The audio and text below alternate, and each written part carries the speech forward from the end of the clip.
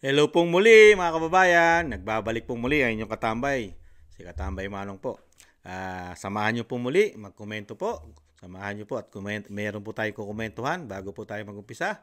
Magandang araw po muna, tanghali, hapon, gabi, madaling araw po sa ating lahat, saan man sulok po ng mundo o daigdig, tayo naroon. Naway maingatan po tayo mga kababayan. Ito po, komentuhan po natin. Ito po yung mga nakarang araw pa po ito. At naging busy po tayo sa Quadcom Committee, lalo po sa Senate. Nagkaroon po ng puro Duterte, di ba? Talagang puro Duterte po ang problema ng bagong Pilipinas yata, lalo-lalo ang institusyon ng Kamara at Senado. Pero bigyan naman natin ng pansin ngayon. Bigyan natin ng pansin ng isang kapatid o ading ng Pangulong Marcos. Di ba? Kasi ngayon, hindi po nila basta-basta pwedeng sabihin ng unity team o magamit muli ang unit team lalo po sa pagtakbo ni Ading o ni Ate sa Senado. Kaya po gumagawa po sila ng paraan sa mga Pilipino para po mahingkayat o sinasabing bumalik ang tiwala at simpati ng mga Pilipino lalo po sa Marcos o kay Ading. Dahil po nagawa na po ito, di ba? Nagkaroon na rin po ng unit team sila sa mga governors sa Bisaya. Ipinagmalaki po yan ng ating Pangulong Marcos na nagka-unit team na po ang mga governors at darating po ang mga mayors. Ang mga mayors po kontrolado na rin po yata nila. Pero ngayon po, kontrolado naman po yata nila ngayon ang barangay, ang mga barangays. Nandiyan po ang kapitan, councilor ng barangay, konsyal, hanggang SK mga katambay. Ngayon po, sobra po, binigyan po ng malaking pabor po ang mga barangay, mga officials hanggang SK dahil hinabaan po o hahabaan ang kanilang termino dahil ito po isang pang-akit na tinatawag di umano o sinasabing parang sinusuhulan mo yata, di kaya o binibigyan mo ng malaking pabor dahil para makakuha ka ng boto ulit. Dahil nga po, alam naman natin, ligid naman sa atin, hindi naman lahat ng mga barangay official ay matitino. Yung 3 taon nga, naiinip ang mga barangay, naiinip ang mga kababayan natin sa mga barangay na napakatagal naman ng 3 taon. Kasi yung aming mga nanunungkulan ay sobrang napaka-corrupt. Sobrang hindi naman nanunungkulan. Hindi bagay sa kanilang posisyon. Kaya nga, marami po tayong kababayan, totoo po yun, na yung 3 taon ay naiinip na tayo. Ngayon nga lang po mga Pilipino, naiinip na eh. Napakatagal daw po ng 2028. Dahil ang nanunungkulan daw po sa atin ngayon ay hindi nakikitaan ng mga Pilipino. At meron pang issue, ayon kay Kati Binag, lalo sa issue ng droga. Kaya nga mga Pilipino, inip na inip sa 6 na taon. Ganon din po sa mga barangay official. Naiinip na nga sa 3 taon, lalo ko sablay.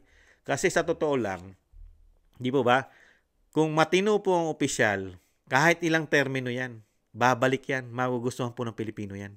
Di po ba? Si dating Pangulong Duterte nga kahit hindi na presidente, gustong-gusto ng majority ng Pilipino, maging presidente siya ulit ngayon. Ganon po yun Pag ikaw ay nagtrabaho ng maayos sa gobyerno, hindi mo na kailangan ng mahabang term.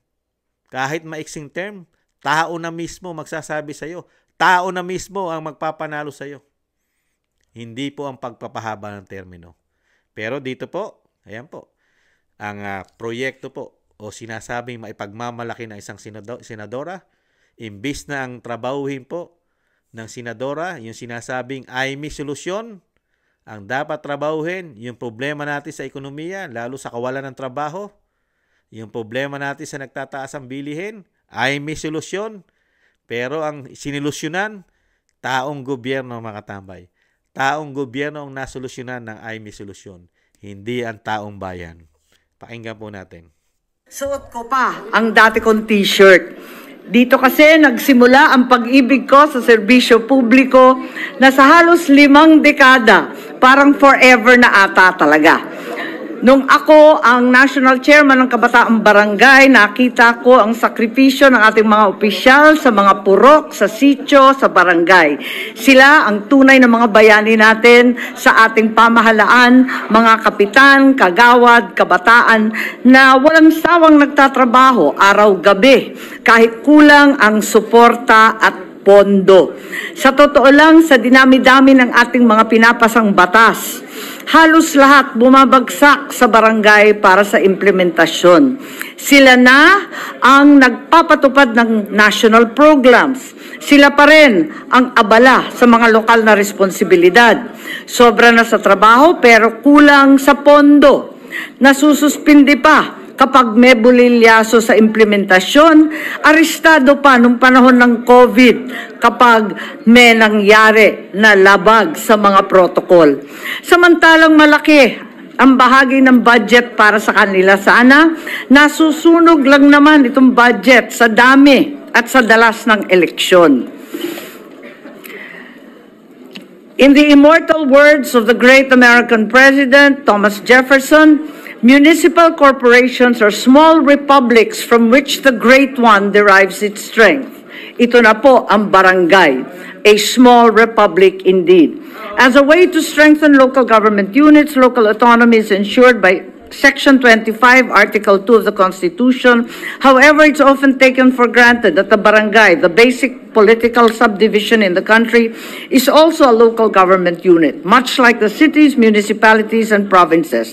Among LGUs, the barangays and its officials are often deprived of the opportunity to exercise adequate discretion in policy matters because of the duties and responsibilities passed on to them by both the national government and the bigger LGUs. So much of their time and energy is devoted to these tasks that they are not able to effectively exercise many of their core functions, nor hardly to even initiate their own barangay programs and projects. Much has changed since my days in the barangay. For today, barangay officials are given so many more duties, such as Republic Act 9003, Ecological Waste Management, Republic Act 10121, or the Philippine Disaster Risk Reduction and Management Act, RA 9710, or Magna Carta of Women, RA 9262, or Anti-Violence Against Women and Their Children, to name a few. In addition, the DILG requires barangay officials to participate in a plethora of programs such as the Community Gardens Program, weekly cleanup, road clearing operations, various information campaigns, implementation of anti-illegal drugs program, the Talipapa program. The list is endless. These responsibilities are on top of duties and functions prescribed by the local government code, which includes the administration of the Katarungan Pambarangay, Lupon Tagapamayapa, the organization of emergency groups, and the general supervision over the SK, among many, many more. For their part, the Sangguniang Kabataan officials are also burdened with responsibilities such as consulting and coordinating with all youth organizations. They are given the duty of coordinating with national government agencies for the implementation of youth development projects, promulgating resolutions to carry out the objectives of the youth in the barangay, initiating programs to enhance social, political, economic, cultural, intellectual, moral, spiritual, and the physical development of the youth. As members of the youth sector, the SK often have to juggle these obligations with other equally important personal commitments and their studies, obligations with their families, activities necessary for their own developmental well-being. Furthermore, all elected barangay officials and SK are required to undergo and attend numerous trainings and seminars, adding to the complexity of their already challenging responsibilities. Because of the foregoing, it's hardly surprising, therefore, that from 1982 to 2022, the average term of barangay officials is almost 5 years. It is evident the 3 years are grossly inadequate for these officials to comply with their added obligations and at the same time exercise their own discretion in promoting the general welfare of their constituents. Sa totoo lang, ilang beses ko na kayo ginambala ang aking mga mahal na senador dito sa ating Senado upang palawigin ang termino ng kapitan at opisyal ng SK. Una noong 2019 at pagkatapos ng ating halalan noong 2022. At yung nakaraan na BSKE na 2023 ay siyang bungad nito. At ngayon, kakampi naman natin ang Department of Budget at lahat ng ating economic managers sapagkat sabi nila, ang ginastos sa barangay elections nung nakaraang Oktubre, umabot ng 18 billion. At baka umabot ng 20 billion sa Disyembre ng 2025. Aba, kung ang perang ito ay itutok na lang natin sa proyekto na talagang mapapakinabangan ng tao, higit na mas mabuti pa. Kakampiran natin ang COMELEC sa usapin na ito. Ayaw din nila ng barangay election sa 2025 kasi magiging super election year na raw ang taon na susunod. May BARM election na kinakabahan sila pagkat ito ang kauna-unahang historic BARM election. May midterm elections na automated at parang magiging piyesta na ang eleksyon sa Mayo. Imbes na magkaroon ng patong-patong na eleksyon, mas makabubuting bigyan ng sapat na panahon ng mga barangay na magampanan ng kanilang mga tungkulin at may pagpatuloy ang kanilang mga proyekto nang walang pag-aalala sa eleksyon kada 3 taon. At sa pagkakataong ito, wala pang 2 taon kasi nakaraan taon pa lamang yung eleksyon at nung sila ay umupo. To resolve these issues, today's proposed measure seeks to set the term of barangay officials and members of the SK to 6 years for the present term, with a maximum of 2 terms. Under the bill, the next regular barangay and SK election will be on the Ayan mga tambay, maximum 2 term, 12 taon yon, 12 years. Yan po, malaking tulong po ang sinulong ginawa ng ADING. Napakalaking tulong po sa mga Pilipino. Basta ay may solusyon. Nasolusyonan po ang mga problema ng mga barangay officials hanggang SK. Nabigyan po na solusyon. Ang tanong po ni Kamanong, paano naman po ay may solusyon yung problema po ng mga taxpayer? Kasi po ang sinulusyonan nyo po ayon sa inyo, yung pasuswelduhin ng taxpayer. Yung pinasusweldo po namin ang binigyan nyo na solusyon. Nasaan naman po yung nagpapasweldo? Yung nagbibigay po ng sweldo pati po sa inyo ay may solusyon. Nasaan po? Meron po ba kayong naging solusyon kasama ng inyong ADING sa napakataas na gastusin ng mga nagpapasweldo sa inyo? Di ba?